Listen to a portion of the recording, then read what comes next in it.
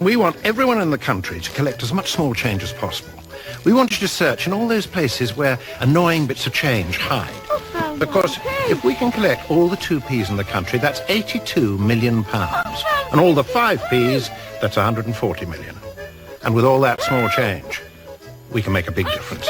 If you want a fundraising pack, call 0891 900 000. Good night, sweetheart. This is our man. These are his women. And these are his lives. Past, It's woman's work. present, Don't forget me French knickers. and future. I wouldn't expect you to change nappies or get up in the middle of the night. Wendy and I are going out. You're babysitting. Confused, how do you think he feels? You better take my blood pressure. Good Night, Sweetheart. The new series starts Monday, 8:30 on BBC One. L is for laughter in the alphabet game with Andrew O'Connor coming up in 5 minutes. And we're keeping a watchful eye on the news, first on BBC One with Jenny Bond.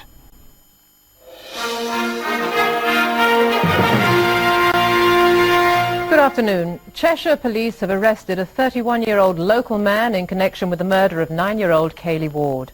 They described him as single and a parent. Kaylee disappeared from her home in Chester shortly before Christmas. Her body was discovered last night. 10 weeks after she disappeared, Kaylee Ward's partly covered body was recovered from the River Dee in Wales yesterday evening. She went missing on December 19th after leaving the hostel in Chester where she lived with her mother. Kaylee, who was described by police as a streetwise 9-year-old, had gone out to buy chips. Despite a massive search, police failed to trace her whereabouts. A post-mortem examination found that Kaylee was strangled before being dumped in the river. Further tests are being carried out to determine whether she had been sexually assaulted. The man now being interviewed is believed to have known Kaylee and lived in the same area of Chester as her. As police comb the riverbank, his questioning continues. And in the past few minutes, police in Warminster have said they found the body of a child. They've been searching the area in the hunt for the missing 9-year-old schoolgirl Zoe Evans. Zoe's stepfather, Miles Evans, who's a soldier, has already been charged with her murder. A Ministry of Defence report which has just been published says there were serious flaws in advice given to ministers by civil servants about the use of pesticides in the Gulf War. The MOD set up an inquiry after the Armed Forces Minister, Nicholas Soames, had to admit to MPs that he had misled them about the extent to which troops were exposed to organophosphates. Nicholas Soames is in a position no minister wants to find himself in, forced to apologise to his fellow MPs for misleading them for 2 years. Facing the Defence Select Committee this morning, Mr Soames said he'd given them incorrect figures on the use of pesticides in the Gulf because he too had been misled by his advisers. They now face disciplinary charges. The conduct of a number of service officers and civil servants warrants further investigation within the framework of the disciplinary processes for service and civilian personnel. The pesticides used in the Gulf are thought by many to be the cause of what's known as Gulf War syndrome, illnesses suffered by veterans of the conflict.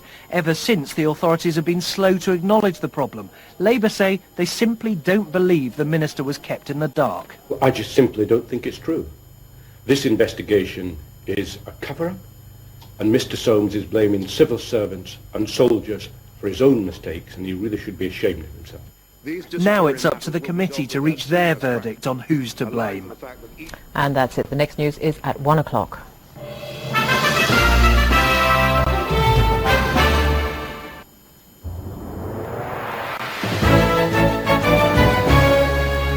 Good afternoon.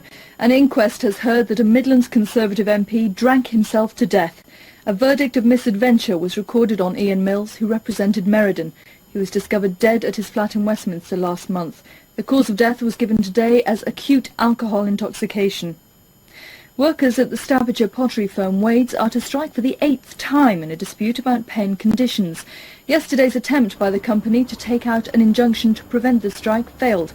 The court hearing in Manchester lasted just 2.5 hours and Wades' application was refused. The pottery union K2 said it would go ahead with today's strike, but it would prefer to resume negotiations with management. The Environment Agency will today announce the results of an investigation into gas emissions, which residents of a Shropshire village say come from a local landfill site. People living in Colmere near Wem say the gases pose a health risk, but the Environment Agency says it's well run and regularly checked. That's all from us for now, but there'll be a full roundup of news in our lunchtime edition of Midlands Today with Sue Beardsmore, and that's at 1:30 here on BBC One.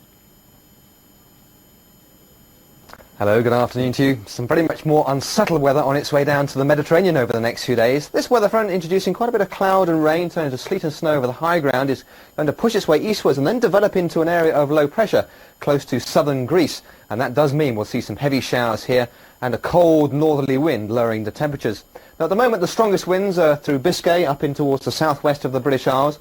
Stronger again I think up in towards the northwest of Scotland through Thursday. And then we see that wind developing in the Mediterranean. And it's going to be at gale force at times, bringing that colder air down from the north. So after a mild day today, we're going to see those temperatures change, especially through Hungary, down through into Greece, southern parts of Italy, seeing that colder air move down from the north. Now at the moment, the temperatures are quite high on the western side of Europe, but also there's a lot of rain around. There's some heavy rain in southwestern parts of Germany. Just under 4.5 inches of rain falling in 24 hours here. There's the line of cloud responsible for that rain, and that rain crossing the Alps, moving into the Adriatic and across into the Balkans this afternoon, developing into that area of low pressure in the Mediterranean over the next few days. So it's the north of Europe that keeps the breezy conditions, and for this afternoon I think the best of the sunshine really in central and southern parts of the Mediterranean. Southern Spain and Portugal also seeing a little sunshine, although hazy at times. Back across the British Isles, a little bit of sunshine from time to time, but plenty of showers being blown along by those strong southwesterly or westerly winds, especially in the south. Some of those showers could be heavy in places, and a windy afternoon to come with the strongest winds down in the southwest. Have a good afternoon. Michael French is Jeff Slade. If I could turn back the clock and go and ask him, I would, but I can't because he's dead. A policeman with an advantage. What did you do, photocopy us? How far will it send me back? Could be a few hours, could be a week. Crime Traveller, Saturday 8:10 on BBC One.